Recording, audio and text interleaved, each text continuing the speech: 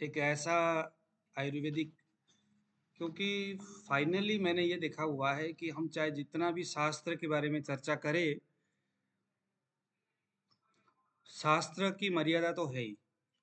कोई भी जो रोग है ना, हेतु लिंगम औषधि, हेतु भी है, लक्षण भी है, पूर्व रूप भी है, उसके संप्राप्ति, सारी चीजें हमें जरूर समझ में आनी चाहिए। लेकिन ये जो सिद्ध औषधि होते हैं ना, सिद्ध औषधि जिसको हमारे पूर्व आचार्यों ने, वैद्यों ने पता नहीं कितने सालों तक अभ्यास करके उन्होंने कॉम्बिनेशन तैयार किया होता है, जिन्हें अगर ऐसे कोई फार्मूला मिल जाए तो कोई भी वैद्य निहाल होता है। आप देखते होंगे कि यूपी, बिहार, इधर कर्नाटक, मध्य प्रदेश, कई स्टेट में बहुत सारे ऐसे वैद्य हैं जो, उनको बहुत सारी चीजें नहीं पता, बस कुछ कुछ उसके फादर ने, उसके गुरु ने कुछ चीजें सिखाया है कि बेटा ऐसे पेशेंट आए तो ये दे देना। अब वो सिद्ध होता है, सिद्ध औषधि होते हैं, वो अपने प्रभाव से काम करते हैं। तो जैसे हम पहले भी चर्चा करते आए कि कुछ वनस्पति अपने गुण से, कुछ रस से, कुछ वीर्य से, कुछ विपाक से काम करते हैं, कुछ वनस्पति अपने प्रभाव से काम करते हैं। तो प्रभाव से काम करने वाले कुछ कुछ दवाइयां हम भी जानते हैं। तो अब हम जो भी ये चरक का जो ये क्लास पढ़ेंगे, तो सबसे पहले उस एक फार्मूला के ऊपर चर्चा करके मैं आपको नोट कराऊंगा, उसको जरूर नोट करना, और इसको सिर्फ नोट तक नहीं रखना, बना के रखना है। तो चलिए जरा एक और आज का फार्मूला मैं आपको देता हूँ, बना करके रखिएगा, ये बुखार में काम में आएगा। बुखार में, किसी भी प्रकार का बुखार में, अब चूंकि आपको समझ है ही, तो बुखार के तीन अवस्था, मतलब बुखार में तीन सिम्टम्स। पहले नंबर में सिर में दर्द हो रहा हो, अंग मर्द हो रहा हो, शरीर टूटने जैसी स्थिति हो, और साथ में उसको बुखार आ रहा हो, तो ये स्थिति किस में आती है? किस में आती है स्थिति? आमद ज्वर में आता है ना। आमद ज्वर में ऐसी सिम्टम्स दिखता है। तो ये जो अभी मैं आपको बता रहा हूं, कोई भी पेशेंट उस अवस्था में हमारे पास आता है, आंख बंद करके ये दवाई को दे दो। जबकि मैंने तो ये एक लेडीज इधर से आई थी, आपके हिमाचल से, विषम जोर था उसको,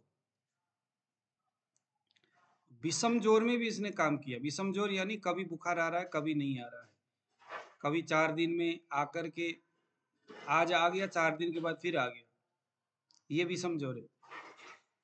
तो उसमें भी इसने काम किया। क्यों, मेरे पास कोई दूसरा था नहीं, तो मैं कहा चलो यही दे देते, पेशेंट आया था, इसी ने काम कर दिया उसको। अब मैं उसको पूछता हूँ तो कहते हैं कि बहुत बढ़िया है, बुखार बंद ही हो गया।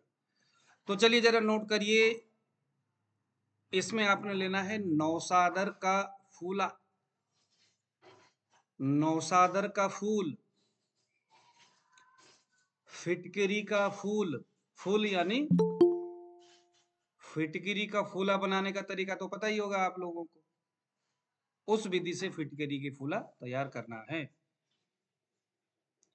ऐसे ही सुहागा का फूला, इन्हें हम सुहागा खिल बोलते हैं।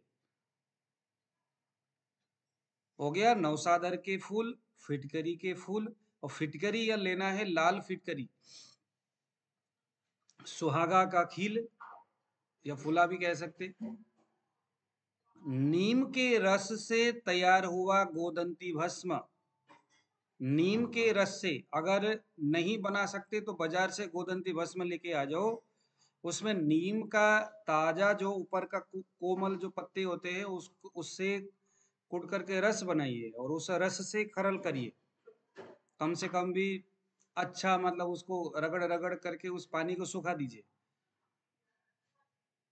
थोड़ा छांव में रखोगे तो भी सूख जाएगा, थोड़ा आलस अगर आलस से आ गया उतना रगड़ने में भी। तो ये हो गया आपका गोदंती भस्म, नीम के रस से खरल किया हुआ। अब आ गया शुद्ध स्वर्ण गैरिक, गैरी हो गया स्वर्ण गैरिक। अब आ गया शोभांजन सही जन का छाल, लेकिन ध्यान देना मीठा वाला। दो तरह के सहीजन होते हैं, एक मीठा वाला होता है, एक कड़वा वाला होता है। सहीजन का छाल लेना है मगर मीठा वाला लेना है, और खुरासानी अजवाइन लेना है। ये सभी लेना है आपने 10-10 ग्राम। कितना लेना है? 10-10 ग्राम, ठीक है। और आपने इसमें लेना है जौ का राख, या जौ का सत्व भी आप यहाँ बना सकते हैं। अगर जौ का सत्व भी बना सकते हैं, जवाखार जिन्हें हम कह सकते हैं, या यहाँ पर हम जौ का राख भी हम बना सकते हैं। जैसे जौ को आपने जलाया,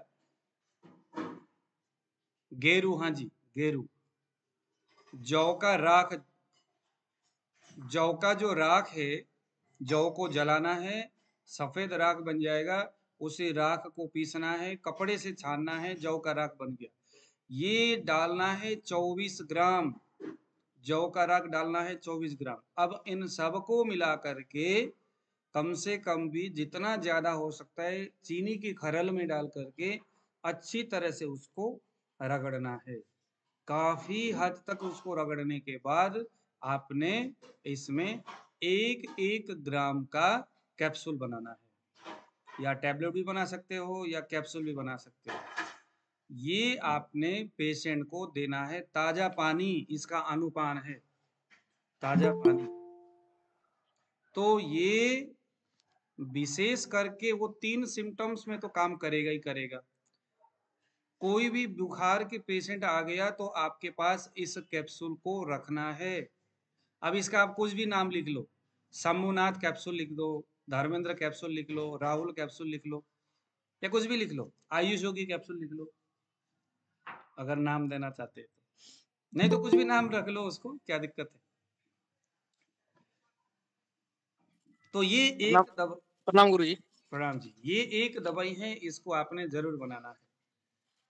बुखार का एक और कंडीशन है जहां पेशेंट को शरीर में बहुत ज्यादा तपिश होता है, गर्मी ज्यादा होती है, शरीर बहुत ज्यादा तपता है, और विशेष करके पित्तज ज्वर में, पित्तज ज्वर है, वेबसाइट में जाकर के पित्तज ज्वर का सिम्टम्स चेक करो, हमने हालांकि पढ़े हुए हैं। पित्तज ज्वर है तो हालांकि इस ज्वर का भी हम किसी भी अवस्थाओं में प्रयोग कर सकते हैं, लेकिन प्रयास करना कि शरीर ज्यादा तपा हुआ हो और पित्त ज्वर हो। तब हमें गोदंती भस्म 80 ग्राम, गोदंती भस्म 80 ग्राम, गिलोय सत्व और प्रवाल पिष्टी ये दोनों 40-40 ग्राम, जहर मोहरा खताई पिष्टी ये 20 ग्राम। सर गोदंती भस्म के बाद क्या था? 2 चीज और था। गोदंती भस्म के बाद, अरे भैया पहला गोदंती भस्म 80 ग्राम जी। गिलोय सत्व और प्रवाल पिष्टी 40-40 ग्राम, जहर मोहरा खताई पिष्टी ये एक ही दवाई, ये अलग अलग नहीं है। कहीं ऐसा ना हो कि जाकर के भैया खताई दे दो, जहर मोहरा खताई पिष्टी ये एक ही दवाई का नाम है। तो ये आपने लेना है 20 ग्राम। और कजली लेना है, शुद्ध पारद और गंधक से तैयार कजली लेना है 20 ग्राम। अगर आपके पास कजली नहीं है तो मुझे बता देना, मैं यहाँ से भेज दूंगा। कजली लेना है 20 ग्राम। अब आपने बढ़िया सा ओरिजिनल जटामासी लेना है, और छोटी इलायची के दाने लेना है, और खस लेना है। इनके कपड़ छान चूर्णा 10-10 ग्राम। नोट कर रहे? भीमसेनी कपूर लेना है 6 ग्राम। अब देखो जरा इन जड़ी बूटियों का कॉम्बिनेशन आपसी, इनके प्रभाव आप खुद ब खुद आप कहोगे यार मजा आ गया, क्या चीज मिल गया हमें। थोड़ा तेज हो गया गुरुजी, इतनी जल्दी क्या लिखा नहीं बात है, गया। ये तो पित्तज ज्वर में, और जहां दाह की जैसी अवस्थाएं हैं वहां पर ये बहुत अच्छा काम करता है। 1-1 ग्राम का इसका भी आपने कैप्सूल या टैबलेट बनाना है। अब कैप्सूल में 1 ग्राम कैप्सूल थोड़ा लंबा होता है ना, मोटा ज्यादा ही लंबा होता है, गले से अंदर जाता नहीं है। इसीलिए इसको आप टैबलेट बना लो, या तो 500 mg का टैबलेट बना लो बस, या तो 500 mg का कैप्सूल ही बना लो। कैप्सूल, अगर कैप्सूल का कवर अगर गन है तो आपके पास, नहीं है तो टैबलेट बना लेना। और ये जो टैबलेट है अवस्था को देख करके पेशेंट को इसका अनुपान बनता है शहद, शहद के साथ देना है। इसको हर 3-3 घंटे के बाद देना है, दिन में हर 3-3 घंटे के बाद देना है। रोगी कहेगा सर मजा आ गया, बुखार उखार सब कुछ निकल गया, ठीक हो गया। यह अत्याधिक तीव्र ज्वर को भी अति उत्तम योग है। सभी प्रकार के, विशेष करके पित्तज ज्वर में ये बेहद काम करने वाला दवाई है। चाहे जलन हो, चाहे बहुत ज्यादा प्यास लगा हुआ हो, चाहे, अब इसके फलश्रुति लिखिए, दाह, तृषा, वमन, सिर दर्द, व्याकुलता। ऐसी स्थिति कब होती है? जब बुखार जवान होता है, जब बुखार एकदम जवान होता है तो ये स्थिति होती है। पित्त प्रधान ज्वर हो, मोती जरा हो और विषम ज्वर में भी ये काम करता है। इसका अनुपान कुछ, एक वैद्य जी थे, उन्होंने कहा कि जो ये ज्वर शामक जो शरबत होते हैं, ज्वर शामक शरबत, अगर ज्वर शामक शरबत नहीं मिलता है तो पित्त पापड़ा, और उसका नाम है पित्त पापड़ा ले लो,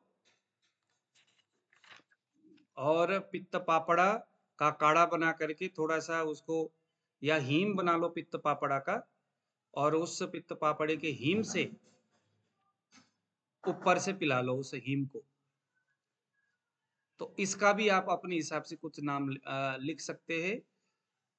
पित्त प्रधान ज्वर विशेष करके, चाहे वो विषम ज्वर हो चाहे कोई भी हो, तो ये काम करेगा। ठीक है, किसी ने गुरुजी इसमें कोई क्या क्वेश्चन? ये नौशाद और फिटकरी एक ही है गुरुजी? नहीं नहीं, फिटकरी अलग है, नौशाद अलग है। अच्छा, ये दूसरा फॉर्मूला थोड़ा रिपीट हो पाएगा? हाँ हाँ, कर देंगे। गोदंती भस्म 80 ग्राम, गोदंती भस्म 80 ग्राम, ठीक है। जी। गिलोय सत्व और प्रवाल पिष्टी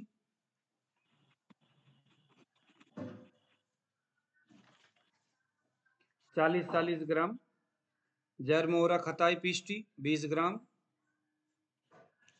कजली शुद्ध पारद गंधक का कजली 20 ग्राम, जटामासी छोटी इलायची का बीज और खस, ये 10-10 ग्राम, भीमसेनी कपूर 6 ग्राम। एकदम जबरदस्त, हाँ रिकॉर्ड हो रहा है, जबरदस्त खरल हो रहा, खरल करके इसको टैबलेट 500 mg का बना लो।